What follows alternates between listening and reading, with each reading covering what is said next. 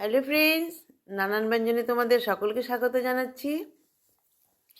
যারা কাছে আছো দূরে আছো সকলকে আমি দেখো এখানে একটা মাথা একটু ভেজে নিচ্ছি, লাউ দিয়ে বানাবো। তো এখন মাথাটা আমি হাফ নিয়েছি, মাথাটা অনেকটা বড়। এখন তার জন্য আমি এখানে 3টে শুকনো লঙ্কা আমি ফোড়ন দিয়ে নিলাম, আর একটু তেজপাতা দিয়ে দিলাম। দিয়ে এখন এর মধ্যে গোটা জিরে ফোড়ন দিয়ে নিচ্ছি। গোটা জিরেটা দিয়ে একটু ভেজে নিয়ে আমি এখন এর মধ্যে পেঁয়াজ কুচি দিয়ে দেবো।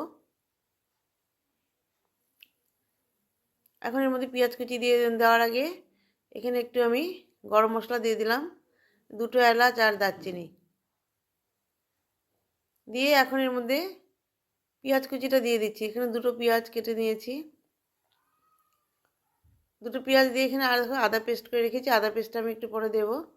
তার আগে একটু আমি এখানে একটু রসুন ফোড়ন দিয়ে নেব, বেশি দেবো না, অল্প।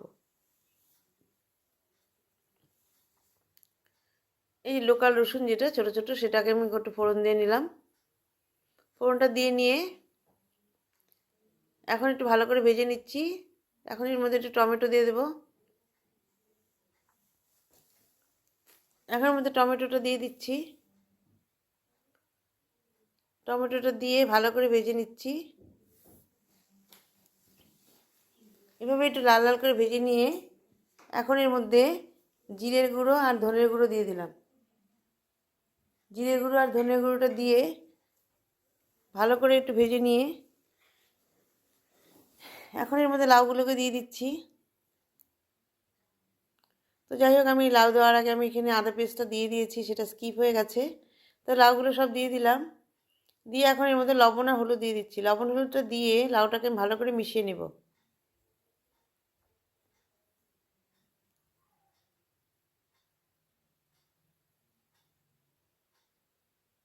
লবণ হলুদটা দিয়ে ভালো করে মিশিয়ে নিচ্ছি লাউটাকে।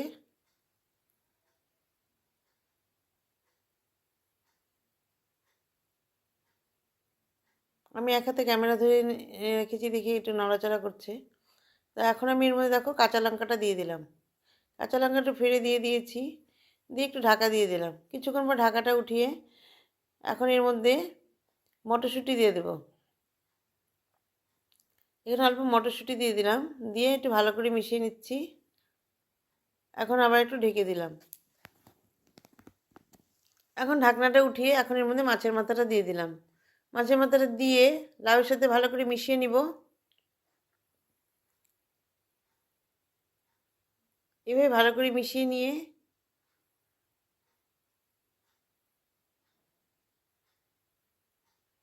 এখন এর মধ্যে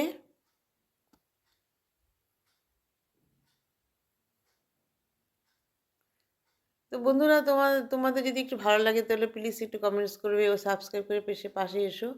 আমিও তোমাদের পাশে থাকবো। তো পুরানো বন্ধুরা তোমরা একটু প্লিজ দেখো। তো এখন এর মধ্যে দেখো আমি চিনির বদলে একটু গুড় দিয়ে দিলাম। গুড়টা দিয়ে এখন ভালো করে মিশিয়ে নিচ্ছি। এভাবে ভালো করে মিশিয়ে নিয়ে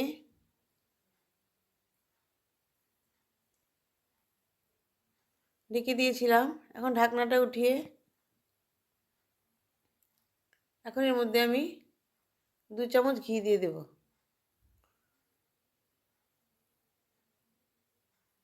2 চামচ ঘি দিয়ে ভালো করে মিশিয়ে নিলাম। মিশিয়ে নিয়ে এখন এর মধ্যে একটু ধনেপাতা কুচি দিয়ে আমি এটাকে নামিয়ে নেব।